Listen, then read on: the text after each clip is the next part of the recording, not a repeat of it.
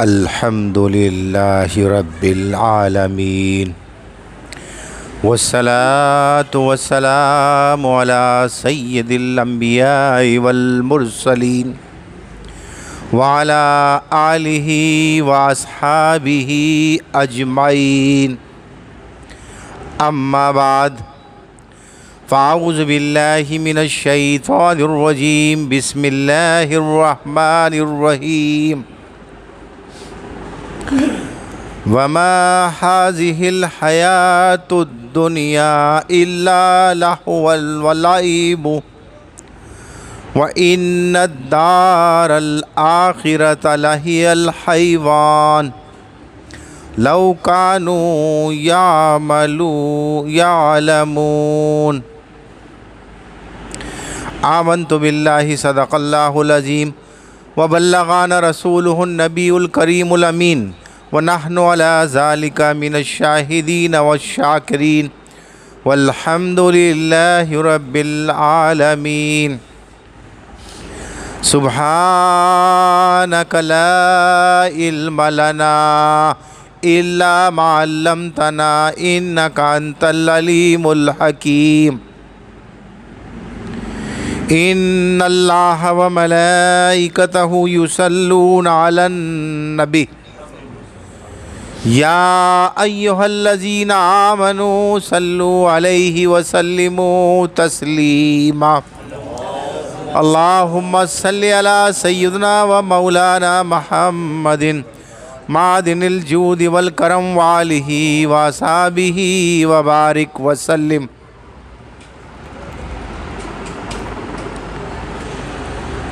میرے معزز اور محترم دوستوں، دل بندوں، السلام علیکم ورحمۃ اللہ وبرکاتہ۔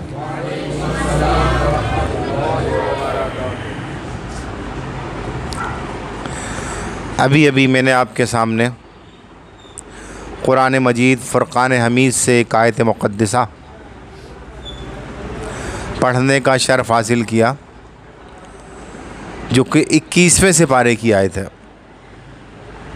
رکوع نمبر 3۔ ترجمہ آیت کا کچھ اس طرح سے ہے: اور یہ دنیا کی زندگی تو نہیں مگر کھیل کود، اور بے شک آخرت کا گھر ضرور وہی سچی زندگی ہے۔ کیا اچھا تھا اگر جانتے، یعنی کون جانتے؟ ہم اور تم۔ کیا اچھا تھا کہ ہمیں اس کی خبر ہوتی، ہم اسے جانتے۔ یہ موضوع اٹھانے کی ضرورت تو ہر دور میں رہی ہے، آج کے دور میں خاص کر بہت ضروری ہے۔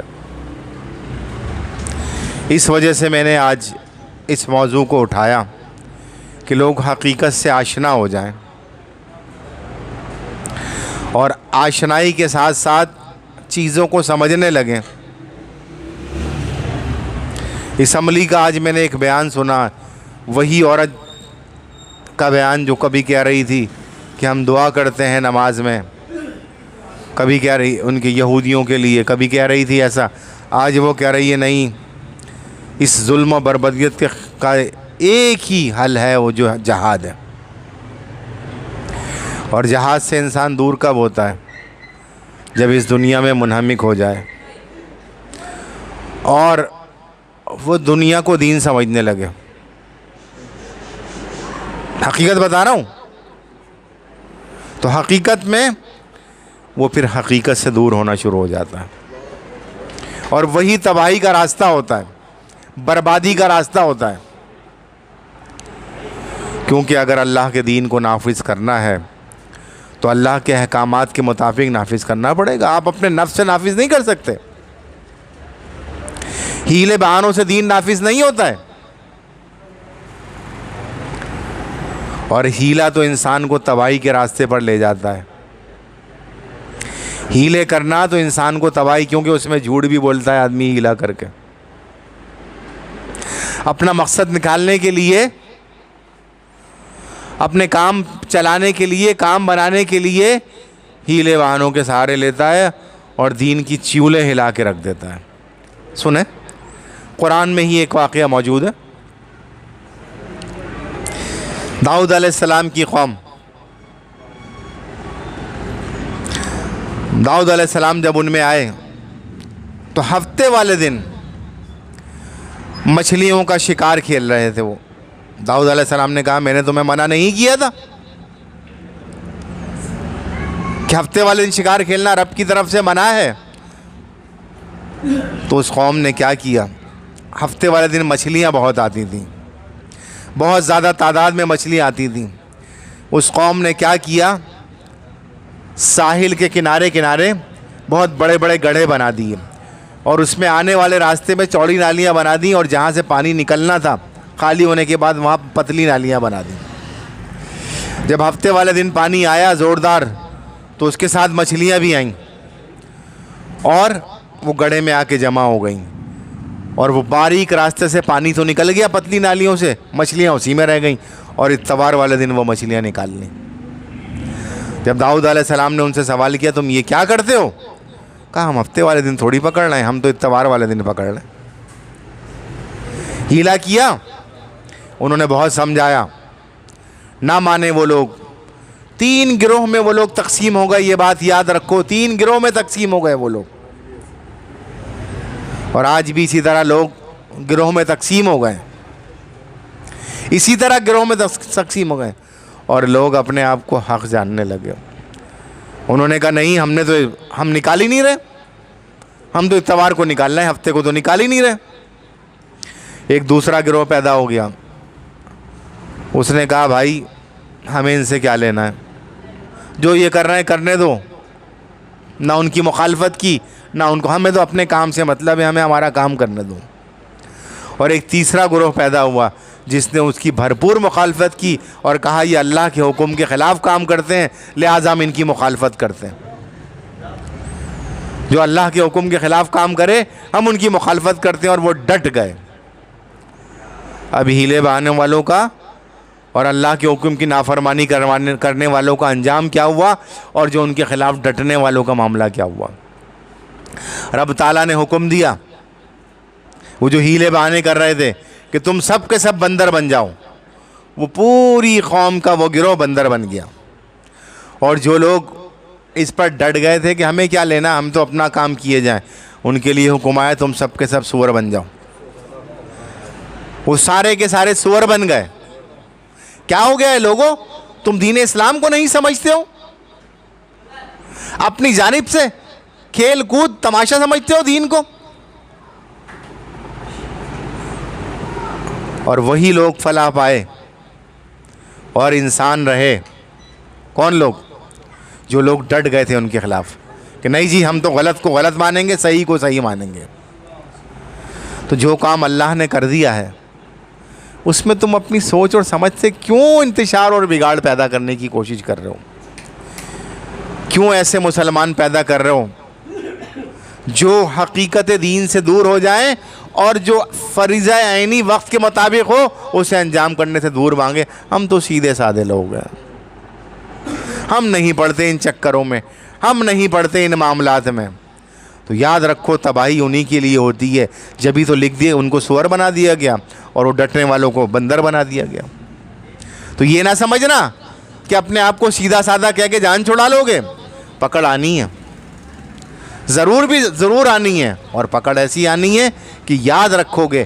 اسی وجہ سے میں نے آج اس موضوع کا انتخاب کیا کہ فی زمانہ اس کی ضرورت ہے، بہت زیادہ ضرورت ہے.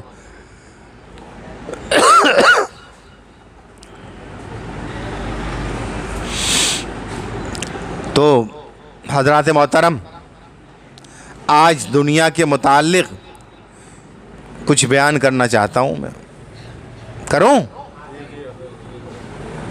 سنیے. اسی وجہ سے 21ویں سپارے کی اس آیت کو تلاوت کیا کہ اللہ تعالیٰ نے اس دنیا کو کھیل کود فرمایا ہے.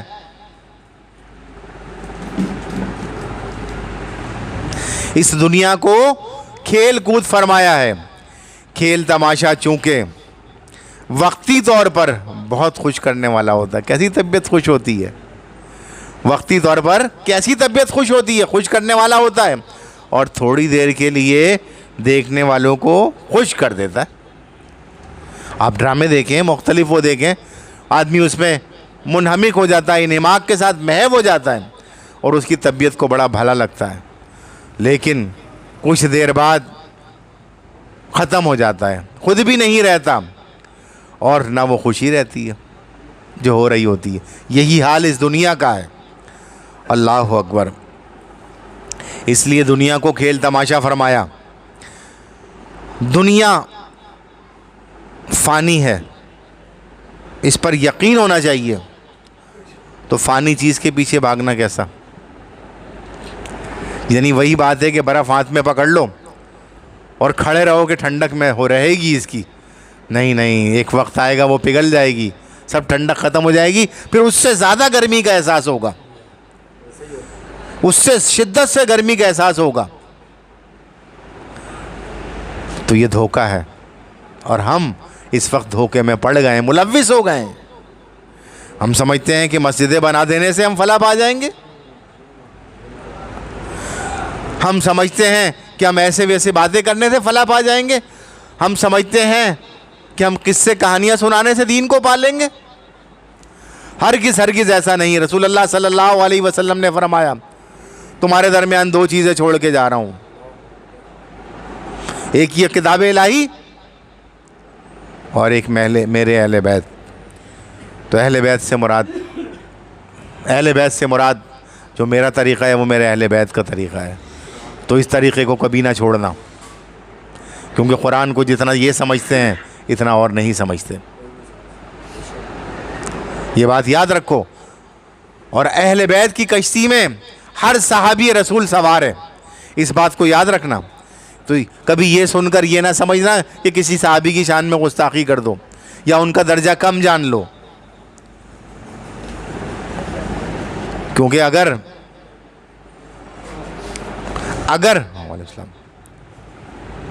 تمہیں دوستی سیکھنی ہے تو صدیق اکبر سے سیکھو.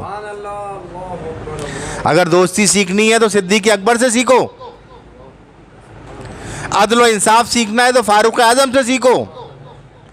سخاوت سیکھنی ہے، سخاوت سیکھنی ہے یعنی سخی ہونا سیکھنا ہے تو عثمان غنی رضی اللہ تعالیٰ عنہ سے. اور اگر شجاعت اور دلیری سیکھنی ہے تو حضرت علی المرتضیٰ سے سیکھو. کیوں یہ بات بتا رہا ہوں آج تمہیں؟ بیان ایسا ہی رہ جائے گا، بیان کچھ اور ہو جائے گا. دیکھو آج دھوکہ دے رہے ہیں، یہودیوں کو اپنا بھائی کہہ رہے ہیں، عیسائیوں کو اپنا بھائی کہہ رہے ہیں، اور ہم ڈگڈگی بجانے والوں کے پیچھے بھاگے چلے جا رہے ہیں. مداری کے پیچھے بندر ناچتا ہے نا، یہی حال اس وقت اس قوم کا ہو گیا ہے. اسی طرح سے ناچے چلے جا رہے ہیں لوگ، حقیقت کو نہیں سمجھ رہے ہیں.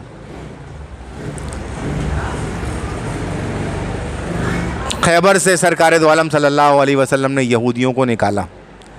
وجہ کیا تھی؟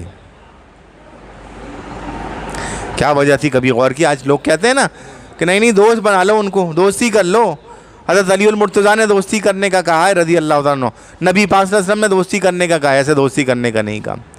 نکالنے کا سبب یہ تھا کہ وہ سازشی تھے، ہر وقت سازش کرتے رہتے تھے. تو اسی لیے جن کے متعلق کہا جاتا ہے حضرت علی کے متعلق اور سرکار کے متعلق، تو سرکار نے وہ کام بھی حضرت علی سے ہی کروایا رضی اللہ تعالیٰ عنہ سے. انہی سے وہ کام کروایا کہ خیبر کا دروازہ اکھاڑ کے پھینک دیا اور پھر یہودیوں کو وہاں سے نکالا گیا.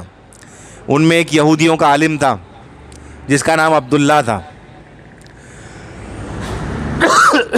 اس نے اس وقت قسم کھائی کہ میں ایک بچے میں منافرت کا بیج بو دوں گا اور ان کے سینوں میں وہ بیج دشمنی کا بوؤں گا جو رہتی دنیا تک یاد رہے گا. اور آج بھی یہودیت میں وہ چیز پائی جاتی ہے. یہودیت میں آج بھی وہ چیز پائی جاتی ہے. شدت سے اس نے بھر دی، ان کے سینوں میں بھرا ہے. ان کا ترانہ اٹھا کے دیکھ لو کہ جب تک ہم چین سے نہ بیٹھیں گے کہ مسلمانوں کو سینے میں نیزے نہ گھونپ دیں. یہ ان کا ترانہ ہے. سب سے بڑا دہشت گردی کا ترانہ یہی ہے. اور آج درس دیا جا رہا ہے، جو اللہ کے قانون کو نافذ کرنے کی بات کرتے ہیں وہ دہشت گرد کہا جا رہا ہے ان کو. ایسا ہی ہے نا. تو چیزوں کو اور باتوں کو سمجھنے کی کوشش کرو. جب اکھاڑ کے پھینک دیا ان کو, وہاں سے نکال دیا, تو عبداللہ مسلمان ہو کر آ گیا, مسلمانوں میں داخل ہو گیا. سرکار دو عالم صلی اللہ علیہ وسلم نے فرمایا کہ دشمن کی چال ہوتی ہے کہ تمہاری صفوں میں گھس کر تمہیں نقصان پہنچاتا ہے. بہت نقصان پہنچایا اس منافق نے, اور آج تک نقصان پہنچا رہا ہے, آج تک نقصان پہنچا رہے ہیں. ابھی تک وہ معاملات چل رہے ہیں, ابھی بھی سازش کر رہے ہیں, کرتے چلے جا رہے ہیں. لیکن ہمارے والے نام کے جو ہیں وہ اور ہم اس کو سمجھ نہیں رہے ہیں. جب تک سمجھو گے نہیں تب تک فلاح نہیں پا سکتے, اور اس کا مداوع کیسے کرو گے جب تک سمجھو گے نہیں؟ جب سمجھو گے تو مداوع ہوگا نا, جب سمجھو گے نہیں تو مداوع کیسے ہوگا؟ یا اس سے بچو گے کیسے, یا تدبیریں بچنے کی کیسے اختیار کرو گے؟ ہٹلر کا نام سب نے سنا ہوگا, سارے سر ہلا رہے ہیں, اس کا مقصد بہت اچھی طرح جانتے ہیں. ایک سائڈ پہ مونچھ رکھتا تھا, ایک سائڈ کی صاف رکھتا تھا. 6 لاکھ یہودیوں کو واصل بجہنم کیا اس نے. اتنی نفرت کرتا تھا, وجہ ہولوکاسٹ. آج ہولوکاسٹ کی بات کرو تو یہودیوں کے تن بدن میں آگ لگ جاتی ہے. ہولوکاسٹ کیا ہے؟ گناہ کی بے کنی کرنا. جب وہ گناہ کی بے کنی کے لیے اٹھا, وہ جو بھی تھا, ایک میں نے اس کا یہ مکالمہ بھی پڑھا ہے کہ مذہب تو بہترین اسلامی ہے.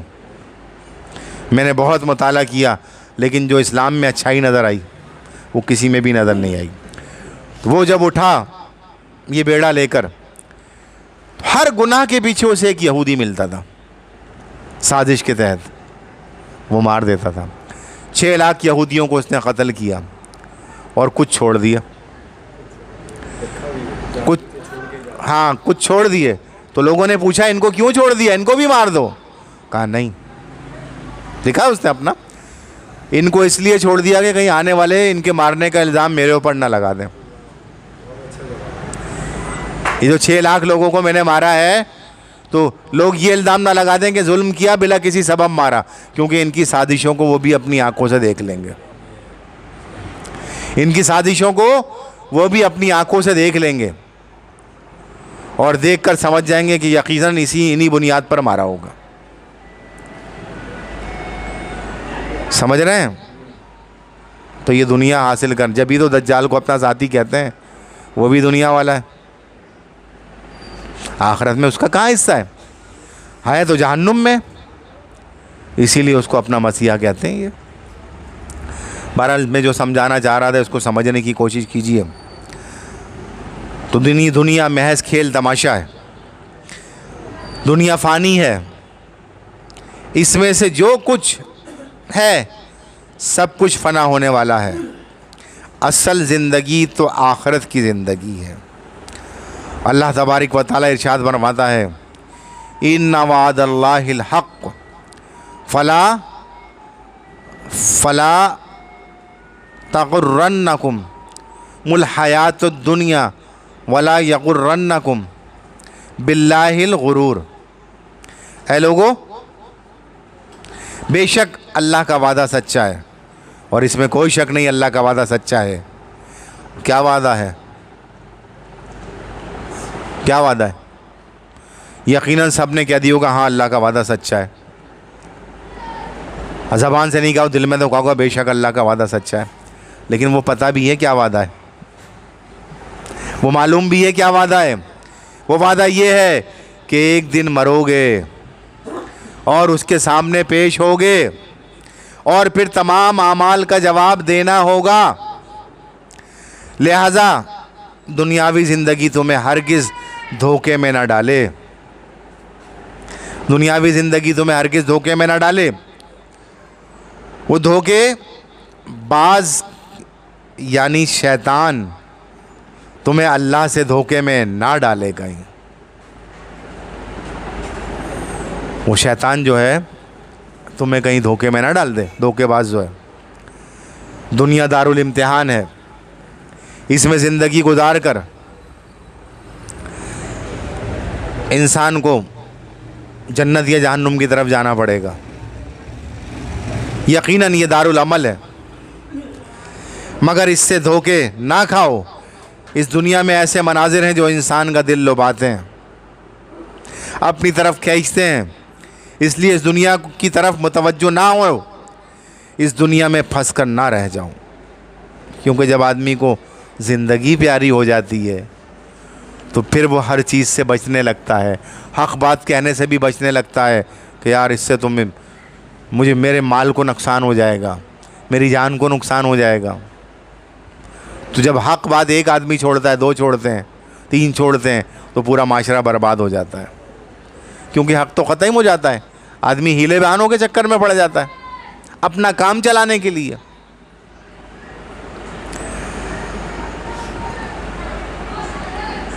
حضرت عبداللہ بن عمر رضی اللہ تعالی عنہ بیان کرتے ہیں کہ حضور نبی کریم صلی اللہ علیہ وسلم نے میرا کندھا پکڑ کر فرمایا، تم دنیا میں اس طرح رہو جیسے مسافر ہو یا کسی راستے کو کراس کر رہے ہو.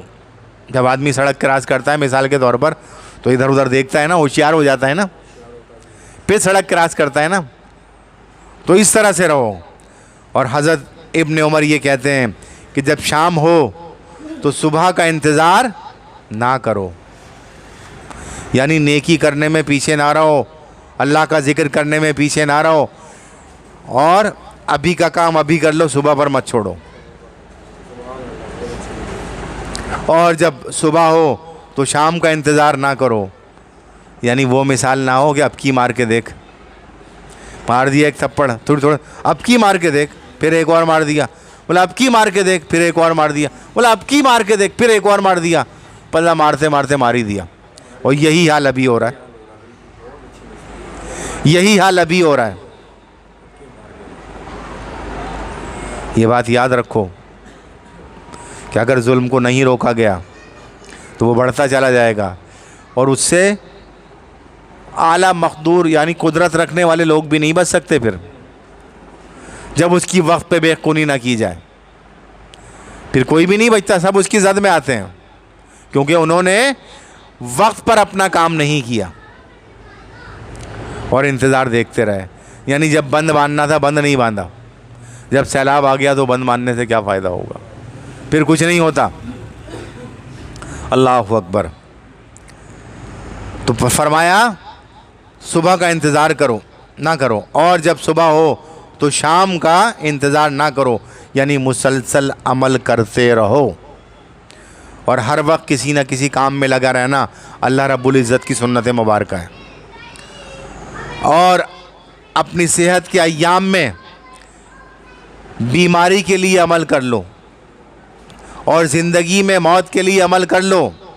بخاری شریف کی حدیث ہے یہ جو میں نے آپ کے سامنے بیان کی. حضرت ابن عباس رضی اللہ تعالی عنہ فرماتے ہیں کہ رسول اللہ صلی اللہ علیہ وسلم نے فرمایا، ابن آدم کے لیے مال کی 2 وادیاں ہیں. مال کی 2 وادیاں ہوں تو وہ تیسری کی تلاش کرے گا. اتنا مال مل جائے گا 2 وادیاں اس کو، تو پھر وہ تیسرے کے چکر میں لگ جائے گا کہ یار یہ بھی میرا ہو جائے، کرے گا. اور ابن آدم کے پیٹ کو مٹی کے سوا اور کوئی چیز نہیں بھر سکتی. اللہ اکبر. اور توبہ کرنے والے کی توبہ کو اللہ تعالیٰ قبول فرماتا ہے. یہ بھی بخاری شریف کی حدیث ہے. ام المومنین حضرت عائشہ صدیقہ رضی اللہ تعالی عنہا فرماتی ہیں کہ حضور اکرم صلی اللہ تعالی علیہ وسلم کا بستر ایک چمڑا تھا، یعنی چمڑے کا لفافہ بنا ہوا تھا بستر جو تھا، جس میں کھجور کی چھال بھری ہوئی تھی. بخاری شریف میں یہ، یعنی جو کائنات کے بادشاہ اللہ نے جن کو بنایا ان کا بستر ایسا تھا. اللہ اکبر. آپ فرماتی ہیں ہم پر ایسا مہینہ آتا کہ پورے مہینے آگ نہیں جلتی، ہم صرف کھجور کھاتے اور پانی پیتے، الا یہ کبھی گوشت آ جاتا. بتاؤ.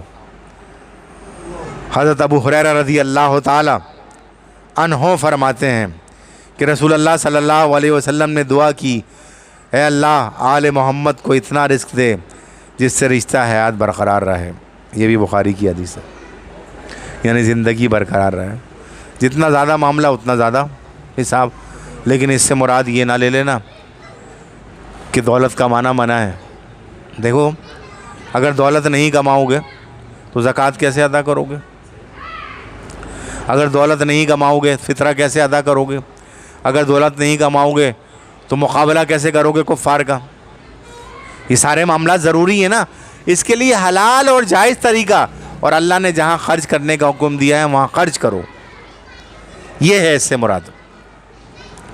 حضرت ابو ہریرہ رضی اللہ تعالیٰ عنہ بیان کرتے ہیں کہ سرکار مدینہ صلی اللہ علیہ وسلم نے فرمایا، جب تم میں سے کوئی شخص کسی کو مالی اور جسمانی حالت میں افضل دیکھے، مالی اور جسمانی حالت میں افضل دیکھے، تو فوراً اس شخص کو دیکھے جو اس سے کمتر اور جس سے یہ افضل ہو۔ یہی کہتے ہیں نا کہ کبھی بھی حرص اور لالچ میں نہیں بڑھو گے، جب کسی اپنے برتر کو دیکھ لو گے تو اپنے نیچے والے کی طرف بھی دیکھ لو تو شکر ادا کرو گے۔ لَإِن شَكَرْتُمْ وَلَأَزِيدَنَّكُمْ، لَإِن شَكَرْتُمْ لَأَزِيدَنَّكُمْ، تم میرا شکر کرو گے میں تمہیں مزید دوں گا۔ حضرت سہیل بن سعد رضی اللہ تعالیٰ عنہ بیان کرتے ہیں کہ سرکار مدینہ صلی اللہ تعالیٰ علیہ وسلم نے فرمایا، اگر اللہ کے نزدیک دنیا ایک مچھر کے پر کے برابر بھی ہوتی تو وہ اس میں سے کسی کافر کو پانی کا ایک گھونٹ بھی نہ پلاتا۔ جس دنیا کی رنگینی میں ہم الجھ کر رہ گئے، تو اللہ رب العزت کسی کافر کو ایک قطرہ پانی نہیں لینے دیتا، یعنی ایک گھونٹ کے برابر۔ اللہ اکبر۔ ایک شخص نے کہا، یا رسول اللہ کون سا شخص سب سے اچھا ہے؟ آپ نے فرمایا، جس کی عمر لمبی اور نیکیاں زیادہ ہوں۔ پھر دریافت فرمایا، یا رسول اللہ برا شخص کون ہے؟ کہا، جس کی عمر لمبی ہو اور گناہ زیادہ ہوں۔ جس کی عمر لمبی ہو اور گناہ زیادہ ہوں، یعنی عمل برے ہوں۔ بخاری شریف کی حدیث ہے یہ۔ تو لوگوں چیزوں کو سمجھنے کی کوشش کرو۔ حدیث بیان کرتا ہوں، حضرت سہیل بن سعد رضی اللہ تعالیٰ عنہ سے مروی ہے کہ ہم ذوالحلیفہ کے مقام پر نبی کریم صلی اللہ علیہ وسلم کے ساتھ تھے، تو آپ ایک مردہ بکری کے پاس کھڑے تھے جس کی ایک ٹانگ اٹھی ہوئی تھی۔ بکری مر جاتی ہے، پھول جاتی ہے نا، پیر اٹھ جاتا ہے، ایک ٹانگ اٹھی ہوئی تھی۔ کہا، تم دیکھتے ہو کہ یہ اس کے مالک پر بے حیثیت ہو چکی ہے۔ مجھے اس ذات کی قسم جس کے قبضہ قدرت میں میری جان ہے، یہ اپنے مالک پر جس طرح بے حیثیت ہو چکی ہے، دنیا اللہ تعالیٰ کی بارگاہ میں اس سے زیادہ بے حیثیت ہے، اس سے زیادہ بے حیثیت ہے۔ اگر دنیا کی حیثیت اللہ تعالیٰ کی بارگاہ میں مچھر کے پر جیسی بھی ہوتی تو اللہ تعالیٰ کافر کو اس سے ایک قطرہ بھی عطا نہ کرتا۔ یہ حدیث ہے۔ حضرت ابی ہریرہ رضی اللہ تعالیٰ عنہ فرماتے ہیں، قال رسول اللہ صلی اللہ تعالیٰ علیہ وسلم، الدنیا سجن المومن و جنت الکافر۔ سجن کہتے ہیں جیل کو، دنیا مومن کے لیے جیل خانہ ہے۔ جیل خانے میں قید ہوتی ہے نا، ایک سختی ہوتی ہے، یہ کرنا یہ نہیں کرنا، اپنی مرضی نہیں چلتی وہاں۔ تو اسی طرح سے دنیا کا معاملہ ہے کہ اپنی مرضی نہیں چلتی، کہ اللہ کا حکم تو یہ ہے، نہیں ہم اس کو اس طرح بدل کے یہ کر لیں گے۔ ایسا نہیں ہوتا۔ جس نے ایسا کیا اور لوگوں کو اس بات کی ترغیب دی تو وہ سخت خسارے میں رہا، بظاہر چاہ جا کے وہ مسلمان ہو اور لوگ سمجھتے ہوں، لیکن وہ سخت خسارے میں رہا۔ سلطان صلاح الدین ایوبی کا ایک واقعہ یاد آ گیا، شاید میں نے پہلے سنایا ہو۔ سلطان صلاح الدین ایوبی کی ایک جاسوس نے اطلاع دی آپ کو آ کر، کہا، حضور ایک شخص میں نے ایسا دیکھا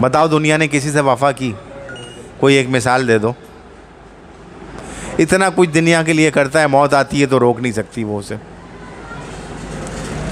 موت ساتھ لے جاتی ہے. دنیا نہ رہنے والی چیز ہے. دنیا کی مثال ایسے سمجھے جیسے کشتی کے لیے پانی ضروری ہے, کشتی کے چلنے کے لیے پانی ضروری ہے کیونکہ اس میں پہیے نہیں ہوتے. پانی ضروری ہے, پانی نہ ہو تو کشتی کا تیرنا مشکل, مگر یہ پانی کشتی سے باہر رہے, یہ پانی کشتی سے باہر رہے تو تیرائے گا. اگر یہی پانی کشتی کے اندر داخل ہو جائے تو اسے لے ڈوبے گا, اور اس کے اندر جو ہوں گے ان سب کو بھی لے ڈوبے گا. اسی طرح دنیا انسان کے لیے ضروری ہے. اگر روپیہ پیسہ نہ ہو, دولت نہ ہو, دنیا نہ ہو تو آدمی حج کیسے کرے گا, زکوٰۃ کیسے دے گا؟ بتائیں مجھے. فطرہ کیسے ادا کرے گا؟ غریبوں کی خدمت کیسے کرے گا؟ مسکینوں کی مدد کیسے کرے گا؟ تو گویا روپیہ پیسہ, دولت, سونا چاندی یہ سب نیکیوں کے حصول کا ذریعہ بھی ہیں. اگر قارون کی طرح دنیا کی محبت کے اندر داخل ہو گئی یہ چیز تو سمجھو بیڑا غرق ہو گیا. اس دنیا فانی میں مشغول ہو کر آخرت کو بھول جانا بہت بڑی غفلت ہے. مولانا روم فرماتے ہیں, آب اندر زیر کشتی پشتی است, پشتی است, آب در کشتی ہلاک کشتی است. اللہ اکبر. یعنی جب تک پانی کشتی کے ارد گرد ہو تو کشتی کو چلاتا ہے اور دھکا دیتا ہے, لیکن وہ اگر پانی کشتی کے اندر داخل ہو جاتا ہے تو اسے ڈبو دیتا ہے. جیسے میں نے ابھی پہلے کہا, تو لوگوں سمجھنے کی کوشش کرو. اگر اب بھی نہیں سمجھے تو پھر کب سمجھو گے؟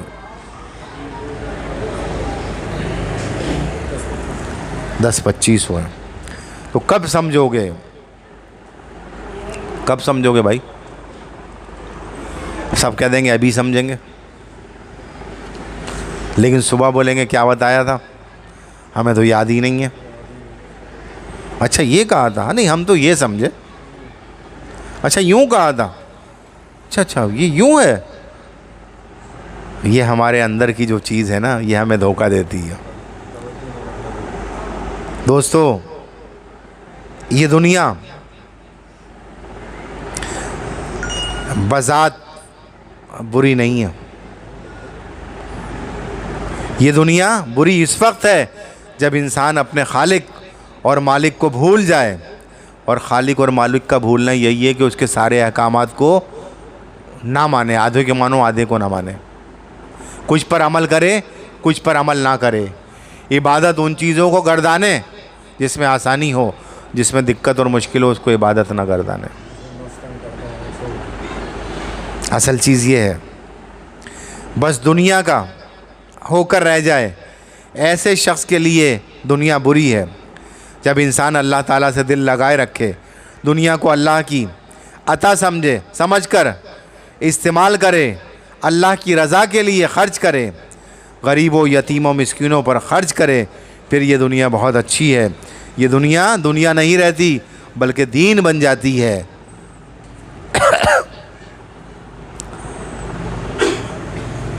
مولانا روم رحمۃ اللہ تعالی علیہ فرماتے ہیں, چیست دنیا از, چیست یعنی کیا ہے, چیست کیا ہے, نیست نہیں, چیست کیا, چیست دنیا از خدائے غافل بدن, نیک و معاش و نقرہ و فرزند و زن. اللہ اکبر.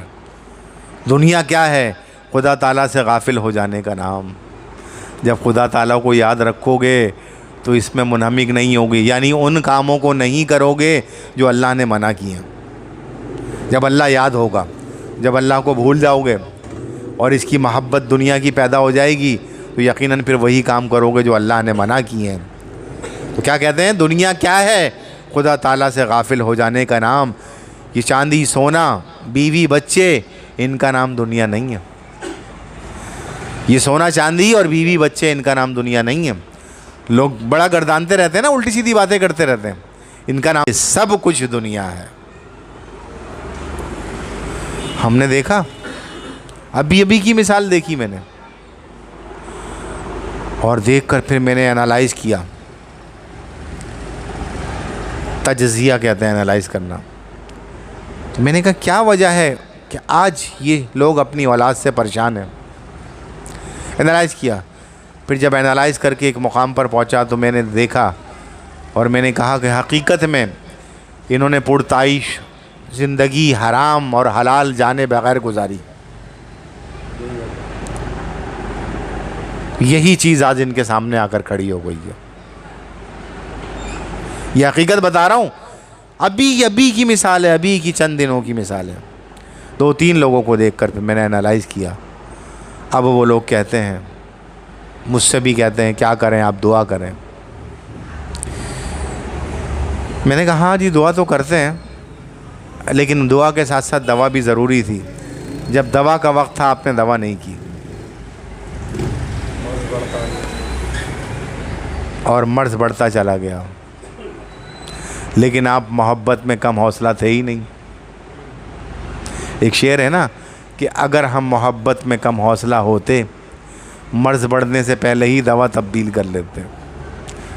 لیکن محبت میں کم حوصلہ نہیں تھے, بڑی محبت تھی. بچہ ہے, اس کی خواہش پوری کرنی ہے, نہ حلال دیکھو نہ حرام, بس پوری کرنی ہے. تو پھر ایک وقت آتا ہے کہ وہ سڑ چڑھ کے بولنے لگتا ہے. تو آپ محبت میں کم حوصلہ نہیں تھے نا, کم حوصلہ ہوتے تو فوراً اس کو ڈانٹ دیتے, رک جا, یہ بساط میں نہیں ہے, میں حرام ذریعے سے نہیں کھلاؤں گا تجھے, حرام ذریعے سے تیری خواہش پوری نہیں کروں گا. لیکن آپ تو محبت میں پکے تھے, لہٰذا مرض بڑھتا چلا گیا, آپ نے دوا تبدیل ہی نہیں کی. وہی میٹھی گولیاں دیتے رہے, اور اپنے آپ کو بھی اور بچے کو بھی. تو برائی بڑھتی چلی گئی, اور آج بھی بڑھتی چلی جا رہی ہے.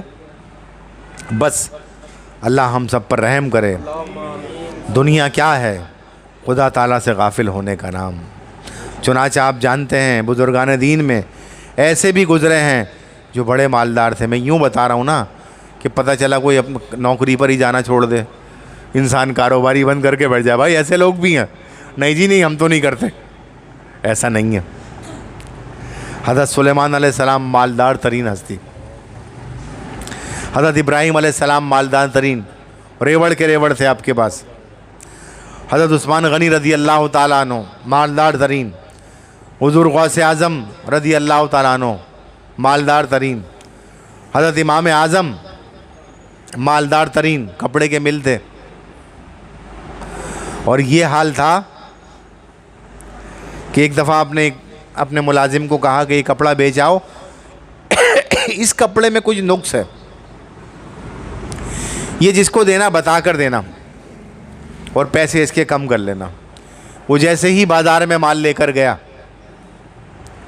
جیسے ہی بازار میں مال لے کر گیا, فوراً ایک گاہک لگا اور منہ مانگے دام دیا اور سارا کپڑا لے گیا, یہ دے کر آ گیا. جب واپس پیسے لے کر آیا, کہا اتنی جلدی بیچ دیا؟ کہا فوراً ہی ایک گاہک لگ گیا. تو کہا تم نے مال کا نقص بتایا تھا, اسے عیب بتایا تھا؟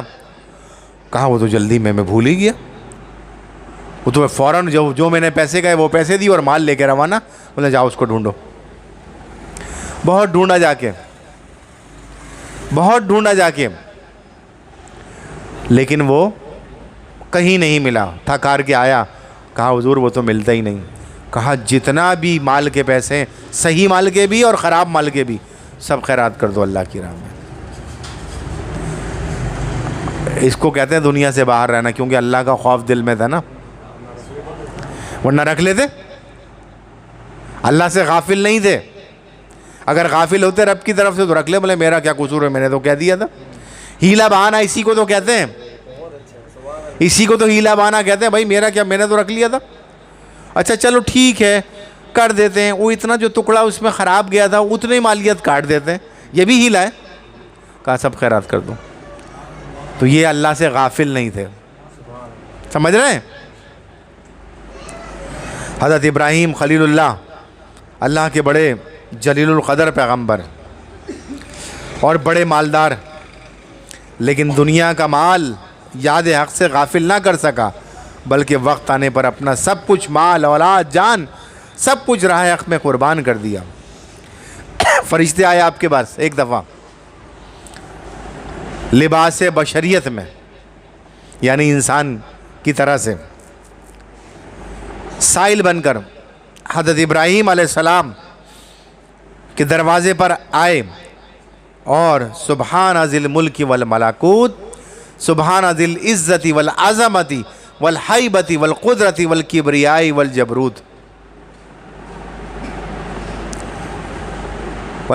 والجبروت سبحان الملک الحی الذی لا ینام ولا یموت سبوح قدوس ربنا ورب الملائکۃ والروح۔ اللہ اکبر، اللہ اکبر، اللہ اکبر۔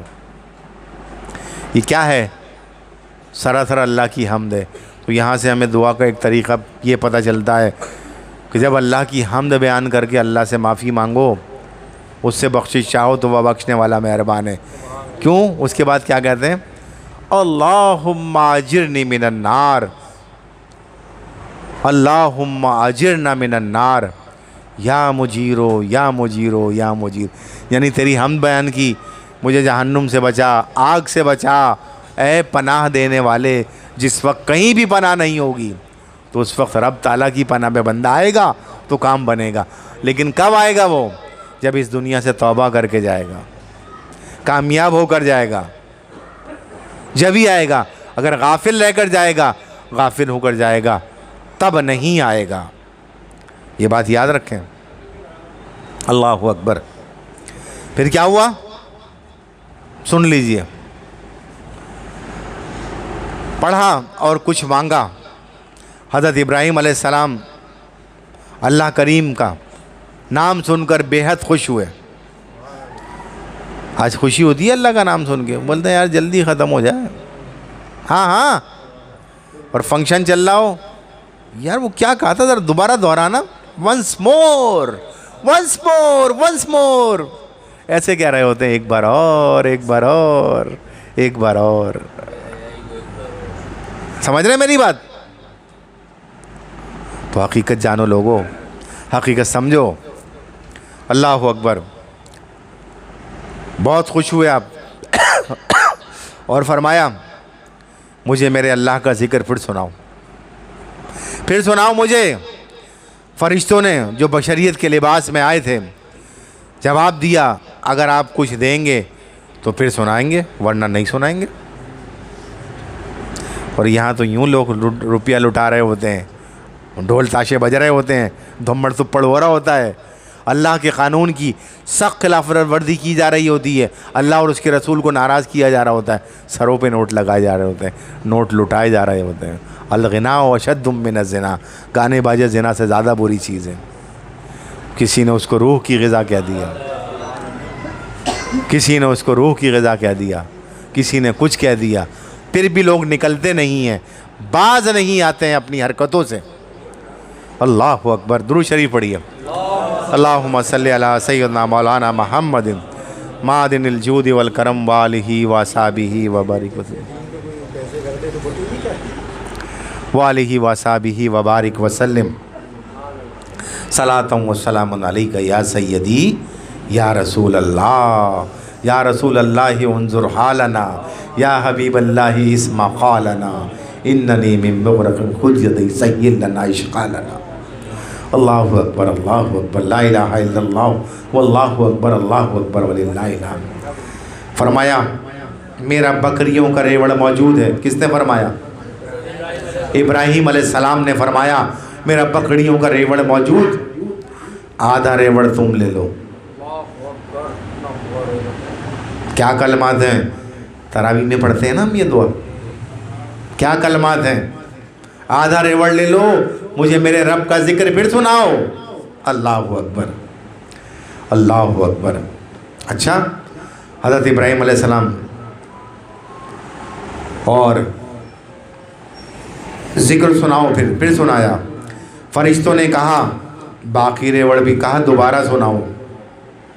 جب سنا دیا تو کہا اب اس کے بدلے میں کیا دو گے؟ کہنے آدھا ریوڑ اور لے لو۔ اِنَّ لِلَّهِ وَإِنَّ إِلَيْهِ رَاجِعُونَ۔ ہاں اس میں کیا پریشانی کی بات ہے؟ بے شک ہر چیز کو لوٹ کر اللہ ہی کی طرف جانا ہے۔ وَإِنَّكَ عَلَىٰ رَجْعِهِ وَإِنَّهُ عَلَىٰ رَجْعِهِ لَقَادِرٌ، اور بے شک وہ ہر چیز کے لوٹانے پر قادر ہے۔ کیوں کہا گیا یہ؟ جب تم اور ہم لوٹ کر چلے جائیں گے تو ہمیں دوبارہ زندہ کر دے گا، وہ ہمیں دوبارہ زندہ کر دے گا۔ اللہ اکبر۔ بہرحال فرمایا اچھا جاؤ، سارا ریوڑ تمہارا، ذکر پھر سناؤ۔ چنانچہ فرشتوں نے پھر ذکر سنایا۔ حضرت ابراہیم بہت خوش ہوئے، پھر فرمایا ایک بار اور سناؤ۔ فرشتوں نے کہا اب تو آپ کے پاس کچھ نہیں رہا، اب تو آپ کے پاس کچھ نہیں رہا، اب آپ ہمیں کیا دیں گے؟ اللہ اکبر۔ فرمایا اس ریوڑ کی حفاظت کے لیے مجھے اپنے ساتھ لے چلنا۔ پھر سنا دو، اس ریوڑ کی نگہبانی کروں گا۔ اللہ اکبر۔ مجھے پھر سنا دو۔ اللہ اکبر، اللہ اکبر۔ کیا بات ہے، کیا بات ہے خلیل اللہ کی۔ اللہ اکبر، اللہ اکبر، اللہ اکبر، اللہ اکبر، اللہ اکبر۔ مگر مجھے اللہ کا نام پھر سنا دو، اللہ کا ذکر پھر سنا دو۔ فرشتوں نے جب یہ اثار دیکھا تو بول اٹھے مان لیا واقعی آپ اللہ کے خلیل ہیں، واقعی آپ اللہ کے خلیل ہیں۔ اللہ اکبر۔ ہم فرشتے ہیں، ہم فرشتے ہیں، ہمیں ان چیزوں کی ضرورت ہی نہیں ہے، کیونکہ ان کے ساتھ نفس نہیں ہے۔ ان کی غذا تو اللہ کا حکم ماننا اور اس کا ذکر کرنا ہے۔ ان کو کھانے پینے کی کوئی حاجت نہیں ہے کسی قسم کی۔ اللہ اکبر۔ ہمیں کوئی حاجت نہیں ہے، ہم آپ کے اثار اور قربانی کا جلوہ دیکھنے آئے تھے۔ ایسی دنیا اچھی جنت میں لے جائے گی۔ اللہ اکبر۔ قارون والی دنیا بری جہنم میں لے جائے گی، فرعون والی دنیا بری جہنم میں لے جائے گی۔ دنیا شریعت کے دائرے میں رہ کر کمائیں، سب کچھ حاصل کریں، امیر بھی بنیں۔ آج کل تو بہت سارے امیر بننے لگے، امیر صاحب بھی بننے لگے، مگر شریعت سے قدم باہر نہ جائے۔ یہ بلیک منی، یہ رشوت، یہ سود، یہ غبن۔ اچھا سود عیسائیوں میں بھی بہت سختی سے حرام تھا، یہودیوں کا خاصہ ہے سود۔ 10ویں صدی تک سختی سے یورپ وغیرہ میں پابندی تھی سود پر، کہیں سود کا کام نہیں ہوتا تھا۔ وہ یہودیوں نے اپنا چکر چلایا اور چکر چلا کر سب سے پہلے رومن کیتھولک تھے، ان میں پھر پروٹسٹنٹ پیدا ہوئے جو یہودیوں کے حامی ہوئے، ورنہ یہ ازل سے کٹر دشمن ہے۔ یہ تقریباً آج 2000 سال تو عیسیٰ علیہ السلام کو ہو گئے ہوں گے نا، 2000 سال یا 2100 برس سے یہ دونوں ایک دوسرے کے کٹر دشمن ہیں، کٹر دشمن ہیں۔ اور کیوں؟ کہ کہتے ہیں عیسیٰ علیہ السلام کو سولی یہودیوں نے دی۔ یہ بتا دوں میں آپ کو، 10ویں صدی تک یہ معاملہ رہا، پھر ان میں پروٹسٹنٹ پیدا کیے رومن کیتھولک کے اندر، جن کا جھکاؤ یہودیوں کی طرف ہوا۔ اچھا یہودی بھی 2 قسم کے، ویسے تو الگ جتنے بھی ہوں گے اندر 2 بڑے، ایک ایسٹرن ایک ویسٹرن۔ ویسٹرن وہ ہیں جن کا تعلق مغرب سے ہے، جو کالا کیپ پہنتے ہیں اور پٹی لگی ہوتی ہے ساتھ میں، اور ایسٹرن وہ ہیں جو خیبر سے نکالے گئے تھے، وہ چھوٹی سی ٹوپی پہنتے ہیں اور اس پہ اسٹار بنا ہوتا ہے، ستارہ نما بنا ہوتا ہے، چھوٹی سی ٹوپی، یہاں ٹکلی لگاتے ہیں۔ اسی لیے ہم منع کرتے ہیں کہ ایسے ٹوپی نہیں پہننی چاہیے۔ بہت سے لوگوں کو دیکھا بالکل یہاں رکھی ہوتی ہے ٹوپی، سارے بال یہاں سے نظر آ رہے ہوتے ہیں، اسی وجہ سے منع کیا جاتا ہے۔ ان میں بھی پھڈا ہے آپس میں۔ اور ایسٹرن جو کہتے ہیں ویسٹرن کو مانتے نہیں ہیں، لیکن طاقت کی وجہ سے بھی مانا۔ کتنے یہودی ہیں اس وقت بتاؤ دنیا میں؟ اسرائیل سے سرحدیں کتنی ملتی ہیں یہ بتاؤ مجھے۔ کیا ہو گیا یار، تمہیں کیوں نہیں پتا؟ ہر چیز پتا ہونی چاہیے ہمیں۔ 4 ممالک کی سرحدیں ملتی ہیں،